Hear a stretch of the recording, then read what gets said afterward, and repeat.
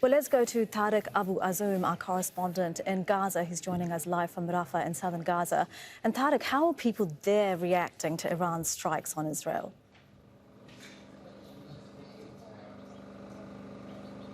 Well, yesterday, the majority of Palestinians were following closely what was happening in the Israeli front as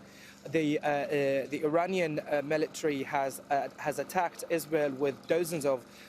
unmanned aerial vehicles alongside with ballistic and cruise missiles, as they have seen these missiles as they were heading to hit Israeli targets passing through the sky of the Gaza Strip. Palestinians in general, as we've been talking to them, saying that it was a normal retaliation from the Iranian side regarding the Israeli latest attack on the Iranian consulate in Damascus, as the Israeli military had targeted it in an area occasion, but yet they are seeing that it could be a further sign from Iran regarding a potential escalation in the region, as the fighting could be spilled over. And it's clearly to remember earlier that Hezbollah has been engaging in the fighting since the beginning of the conflict here in the territory as a kind of support for the Palestinian armed groups. And right now the expansion, like Iran, is joining the battle after the Israeli attack on its consulate, could be also a further indication that the situation within the coming hours and days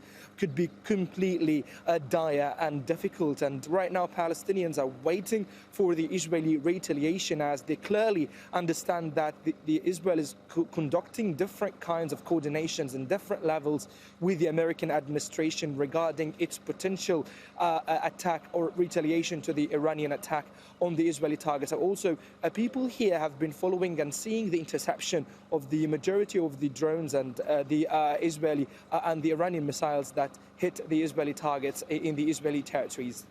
And Tareq, even as people are following what's been happening from Iran over to Israel, it's been another night of deadly Israeli strikes across Gaza itself.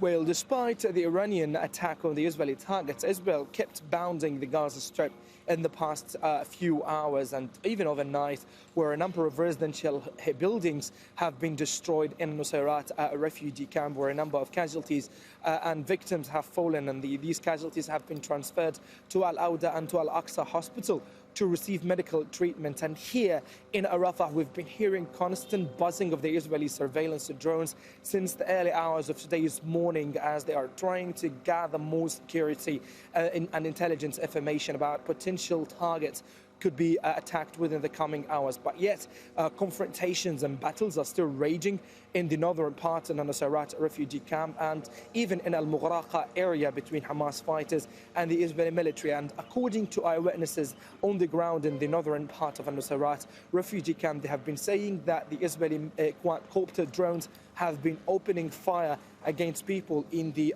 north of Nuseirat as a part of the Israeli operation there, as they have been stressing on the fact that Israel is demolishing houses and razing agricultural land, which could be a sign, according to a Palestinian